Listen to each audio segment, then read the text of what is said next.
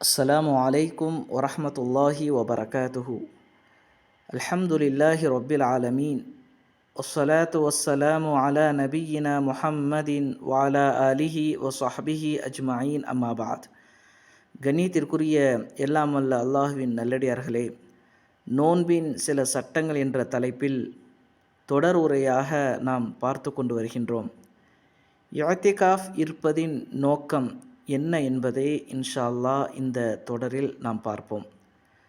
இஅ்திகாஃப் இருப்பதின் நோக்கம் அல்லாஹ்வை அதிகமாக வணங்குவதற்காக, அதிகமான அமல்களை செய்வதற்கும், அந்த அமல்கள் 1000 மாதங்களை விட சிறந்த இரவில் செய்து நன்மைகளை அள்ளிக்கொள்ள வேண்டும் என்பதே இந்த இஅ்திகாஃப் இருப்பதின் நோக்கமாக இருக்கின்றது.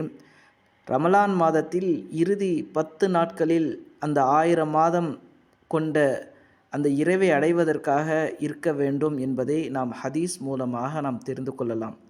நபிகள் நாயகம் ஸல்லல்லாஹு அலைஹி வஸல்லம் அவர்கள் ரமலானில் இஅ்திகாஃப் இருப்பதின் நோக்கத்தை பற்றி சொல்லும் பொழுது, அவர்கள் தன்னுடைய வாழ்க்கையில் ரமலானில் கடைசி 10 நாட்களில் இஅ்திகாஃப் இருப்பது என்பதை சொல்லியிருக்கின்றார்கள்.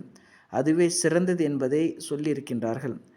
நபி ஸல்லல்லாஹு அலைஹி வஸல்லம் அவர்கள் ஒவ்வொரு ரமலானிலும் 10 நாட்களே இஅ்திகாஃப் இருப்பார்கள். அவர்கள் மரணித்த ஆண்டில் 20 நாட்கள் இஅ்திகாஃப் இருந்தார்கள் என்பதை நாம் ஹதீஸ் மூலமாக நாம் தெரிந்து கொள்ளலாம்.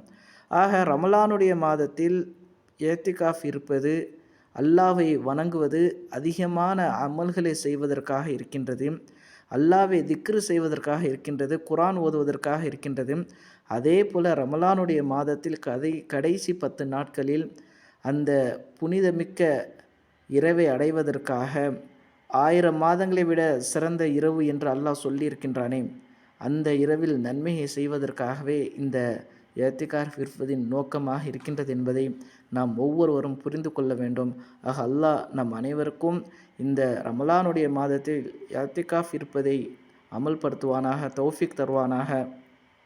வ ஆখিரு தாவானா அனில் ஹம்துலில்லாஹி ரப்பில் ஆலமீன். அஸ்ஸலாமு அலைக்கும் வரஹ்மத்துல்லாஹி வபரகாத்துஹு.